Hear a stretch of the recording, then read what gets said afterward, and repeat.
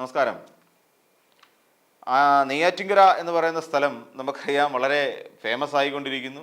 രണ്ട് കേസുകളായി നമുക്കറിയാം. ഒന്ന് സമാധി, മറ്റൊന്ന് നെയ്യാറ്റിൻകരയ്ക്ക് അപ്പുറത്തുള്ള പാറശാല എന്ന് പറയുന്ന സ്ഥലം നമ്മുടെ ഗ്രീഷ്മയുടെ നാട് അല്ലെ. ഇങ്ങനെ നെയ്യാറ്റിൻകരയ്ക്ക് ഒരുപാട് പ്രസക്തിയുണ്ട്. നെയ്യാറ്റിൻകര വാഴും കണ്ണ എന്ന് വിളിച്ചുകൊണ്ട് പി ജയചന്ദ്രൻ്റെ ഒരു പാട്ടുമൊക്കെ നമുക്ക് ഓർമ്മയുണ്ട്. അങ്ങനെയാണ് നെയ്യാറ്റിൻകരക്കാർ കൂടുതൽ അങ്ങനെ അറിയപ്പെട്ടുകൊണ്ടിരുന്നത്. അവിടെ ശ്രീകൃഷ്ണസ്വാമി ക്ഷേത്രമുണ്ട്. എന്നാൽ ആ പാട്ടിൻ്റെ ശോഭയും ആ നാടിൻ്റെ അല്ലെങ്കിൽ ആ ഒരു ക്ഷേത്രത്തിൻ്റെ ശോഭയും ഒക്കെ കെടുത്തുന്ന ചില സമീപനങ്ങളാണ് വന്നുകൊണ്ടിരിക്കുന്നത്. നമുക്കറിയാം അവസാനമായി ഉണ്ടാകുന്നത് സമാധിയാണ്, മഹാസമാധി. ഈ മഹാസമാധി എന്ന് പറയുന്ന ഒരു കാര്യത്തെ അവിടേക്ക് കൊണ്ടെത്തിക്കുന്നു. ഇനി ഹൈന്ദവവൽക്കരിക്കാനുള്ള കുടിലമായ ശ്രമം ഉണ്ടാക്കി.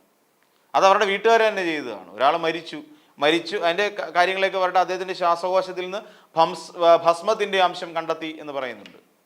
അപ്പോൾ എന്ത് തന്നെയാലും മരിച്ച ഒരാൾ ശ്വസിച്ച് ഭസ്മം എടുത്ത് മൂക്കി വലിച്ച് കയറ്റില്ല എന്നുള്ള കാര്യം നമുക്കറിയാം. അപ്പോൾ ഈ ഭസ്മം എങ്ങനെ എത്തി എന്നുള്ളതാണ് ഇനി അടുത്ത അന്വേഷണം. അതായത് അദ്ദേഹത്തെ ജീവനോട് കൂടി തന്നെയാണോ ഈ ചമ്മറം പടച്ച് ആ പറയുന്ന അലക്കുകല്ലിനകത്ത് ഇരുത്തിയത് എന്നുള്ള കാര്യം നമുക്ക് പിന്നീട് ചിന്തിക്കേണ്ടി വരും. അപ്പോൾ കേസ് എന്തായാലും അദ്ദേഹത്തിൻ്റെ ആന്തരികാവയവങ്ങളുടെ രാസപരിശോധന അടക്കുന്നു. ഏകദേശം ഒരാഴ്ച സമയം എടുക്കുമെന്നുള്ള കാര്യം നമുക്കറിയാം, അതിൻ്റെ ഒരു ഫലം പുറത്തു വരാൻ. എന്നാൽ ഈ ഒരു സംഭവത്തെ സത്യം പറഞ്ഞു കഴിഞ്ഞാൽ ഇവനെ വർഗീയമായി ഇപ്പോൾ ഒരു മറിക്കൽ അല്ലെങ്കിൽ വർഗീയമായി ഇതിനെ ഒന്ന് മറിക്കാൻ ശ്രമിച്ചു, വർഗീയമായി ഒരു നേട്ടമുണ്ടാക്കാൻ ശ്രമിച്ചു. അവിടെ ഹിന്ദുക്കൾ പറഞ്ഞു മുസ്ലിം ഭീകരവാദികൾ ചേർന്നിട്ടാണ് ഇതെല്ലാം അവിടെ കുത്തിയിളക്കുന്നത്, ഈ അലക്കുകല്ല് എന്നൊക്കെ പറഞ്ഞിട്ട് ഒരുപാട് പ്രശ്നങ്ങൾ ഉണ്ടാക്കിക്കൊണ്ട് വന്നു. അപ്പോൾ അതിനെതിരെ നമുക്കറിയാം സബ് കളക്ടർ ഉണ്ടായിരുന്നല്ലോ. ആ സബ് കളക്ടർ ഇപ്പോൾ ഹിറ്റാണ്. പെൺകുട്ടികൾ പലരും ഈ സമാധി മറന്നിട്ട് ഇപ്പോൾ ആ പയ്യൻ്റെ അല്ലെങ്കിൽ ആ സബ് കളക്ടറുടെ ഡീറ്റെയിൽ അന്വേഷിച്ചുകൊണ്ടിരിക്കുകയാണ്.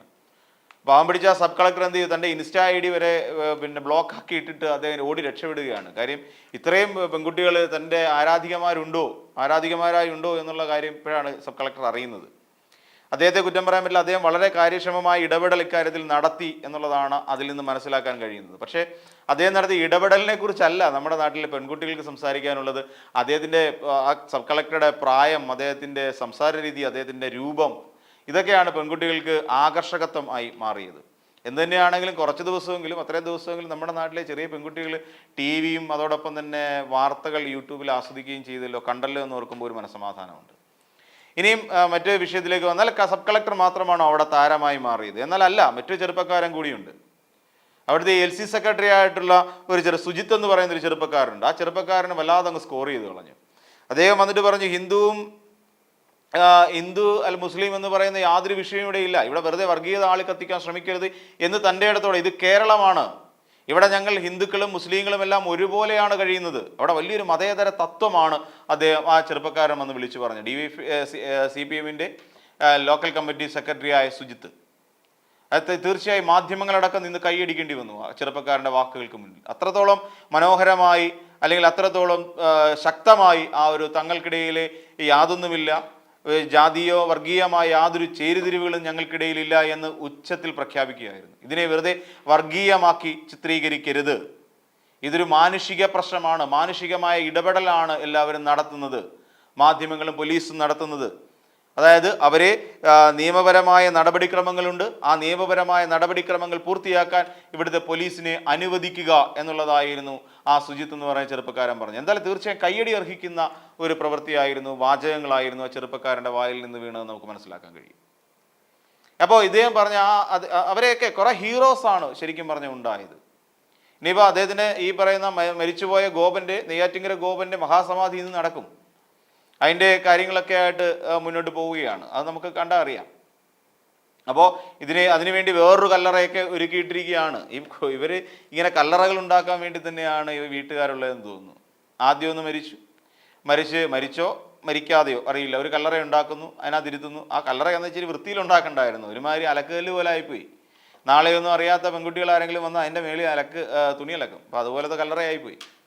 ഇനിയും വേറൊരു കല്ലറ ഉണ്ടാക്കുന്നു. അപ്പോൾ ഇങ്ങനെ കല്ലറകൾ ഉണ്ടാക്കി അദ്ദേഹത്തെ എങ്ങനെയെങ്കിലും മഹാസമാധി എന്നുള്ള ഒരവസ്ഥയിലേക്ക് കൊണ്ടെത്തിക്കുക എന്നുള്ളതാണ് അവരുടെ ലക്ഷ്യം. എന്താണ് അതിൻ്റെ പിന്നിലുള്ള ഒരു ലാഭേച്ഛ എന്നുള്ളതിനെ കുറിച്ചൊന്നും അറിയില്ല. എങ്കിലും ഒരു മരണം സംഭവിച്ചാൽ ഒരു വീട്ടുകാർ അനുവർത്തിക്കേണ്ട ചില പ്രാഥമികമായ നിയമപരമായ ചില നടപടിക്രമങ്ങളുണ്ട്. അതിവിടെ പാലിച്ചിട്ടില്ല എന്നുള്ളതാണ്.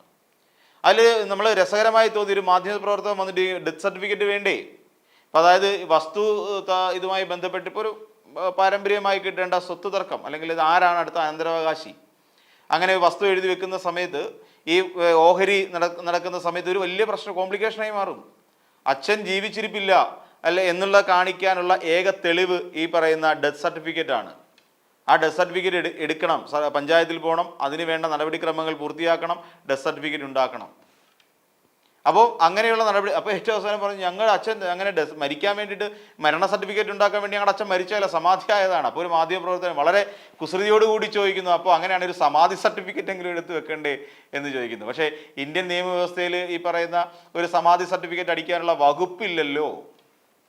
അങ്ങനെ ഒരു വകുപ്പ് എന്തായിരുന്നാലും ഇതിലില്ല. അപ്പം ഈ നടപടിക്രമങ്ങൾ പാലിക്കുക. എവിടെ ഒരു ജനനവും മരണവും നമ്മൾ എപ്പോഴും രജിസ്റ്റർ ചെയ്യപ്പെടേണ്ടതാണ്. കാര്യം ഒരാൾ പുതിയതായി നമ്മുടെ ഈ ലോകത്തേക്ക് അല്ലെങ്കിൽ നമുക്കൊപ്പം എത്തുമ്പോൾ, നമ്മുടെ കുടുംബത്തിലേക്ക് എത്തുമ്പോൾ അവിടെ അദ്ദേഹത്തിൻ്റെ വരവ് നമ്മൾ എപ്പോഴും നോട്ട് ചെയ്തിരിക്കണം. അതിന് വേണ്ടി ഒരു സർട്ടിഫിക്കറ്റ് ഉണ്ടാക്കി വെച്ചിരിക്കണം, ഡേറ്റ് ഒക്കെ കാണിച്ചിട്ട്. പിന്നീട് ഈ കാര്യങ്ങളാണ് ഇത് ബന്ധപ്പെട്ടിട്ടാണ് ഡേറ്റ് ഓഫ് ബർത്തുകൾ അല്ലെങ്കിൽ ബർത്ത് സർട്ടിഫിക്കറ്റ് ഉണ്ടാകുന്നത്. അത് ആ കുട്ടിയെ സംബന്ധിച്ചിടത്തോളം ആജീവനാന്തകാലം ഉപയോഗിക്കാൻ പറ്റും.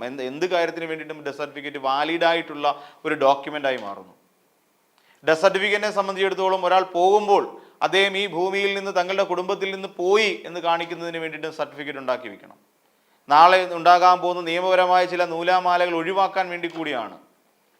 ഒരാൾ മിസ്സിംഗ് ആണെങ്കിൽ മിസ്സിംഗ് കേസ് ഫയൽ ചെയ്തിരിക്കണം. ആ ഫയൽ ചെയ്ത് അയാൾ കാണുന്നില്ല എന്നുള്ളതാണ്, അയാളെ കാണുവാനില്ല എന്നുള്ള തരത്തിലേക്ക് അത് സർട്ടിഫിക്കറ്റ് ഉണ്ടാക്കണം. അപ്പോൾ അങ്ങനെ ഓരോ കാര്യത്തിലും ഒരാൾ മിസ്സിംഗ് ആയാലോ, ഒരാൾ മരിച്ചാലോ, ഒരു കുഞ്ഞ് ജനിച്ചാലോ, ഇതിനെല്ലാം നമ്മൾ ഒരു തെളിവുകൾ ഉണ്ടാക്കി വെക്കുക. അത് ഭാവിയിൽ നിയമപരമായി നമുക്ക് ആവശ്യമുള്ള കാര്യങ്ങളാണ്. നമ്മളത് മറന്നു പോകുന്നു പലപ്പോഴും. ഇവിടെ സമാധിയായി എന്ന് പറയുമ്പോൾ ഇവർക്ക് എങ്ങനെയാണ് ഞങ്ങൾ മരിച്ചിട്ടില്ല അല്ലെങ്കിൽ ജനങ്ങളെ അറിയിച്ചിട്ടില്ല, ഇതിനെ ഔദ്യോഗികമായി ചിലരെയൊക്കെ അറിയിക്കണം.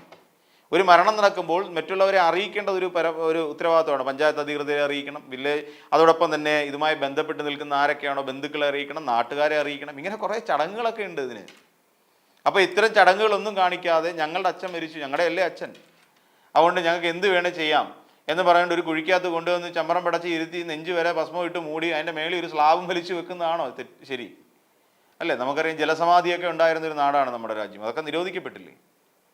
അവ നടപ്പിലാക്കണ്ട എന്നുള്ള തരത്തിലേക്ക് പോയില്ലേ? ജലസമാധി വേണ്ട രാജ്യത്ത്, അല്ലേ? അപ്പോൾ അതിന് ഹിന്ദു വർഗീയതയായിട്ടോ അല്ലെങ്കിൽ ഇതിനകത്ത് മുസ്ലിം വർഗീയത അല്ലെങ്കിൽ ഹിന്ദു വിരുദ്ധത കൊണ്ടിട്ട് കലർത്തുന്നു എന്നൊക്കെ വെറുതെ പറഞ്ഞിട്ട് കാര്യമൊന്നുമില്ല. ഒരു രാജ്യത്ത് ജീവിക്കുമ്പോഴും മരിക്കുമ്പോഴും ജനിക്കുമ്പോഴും ഒക്കെ ആ രാജ്യത്തിൻ്റെതായ ആ നാടിൻ്റെതായ ചില കാര്യങ്ങൾ, ചിട്ടവട്ടങ്ങൾ, നിയമങ്ങൾ പാലിക്കേണ്ടതുണ്ട്.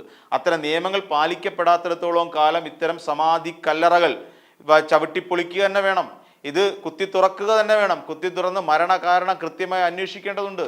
അല്ലെങ്കിൽ നാളെ മറ്റൊരു തരത്തിൽ ഇത് ഡീവിയേറ്റ് ചെയ്യപ്പെടും. അവിടെയാണ് പ്രശ്നം. ഇത് ഇപ്പോൾ ഇങ്ങനെ ഞങ്ങളുടെ അച്ഛൻ സമാധിയായി എന്ന് പറഞ്ഞിട്ടൊരു ബോർഡ് വെച്ച് വെറുതെ ഒരു ബോർഡ് ഉണ്ടാക്കി വെക്കുന്നു, ഒരു പോസ്റ്റർ അടിക്കുന്നു, അതിനുശേഷം ഒരു കല്ലറയ്ക്കകത്ത് കൊണ്ടിരുത്തുന്നു, മേളിൽ സ്ലാബ് ഇട്ട് മൂടുന്നു. അപ്പോൾ ഇത് നാളെ ആവർത്തിക്കില്ല എന്നാര് കണ്ടു?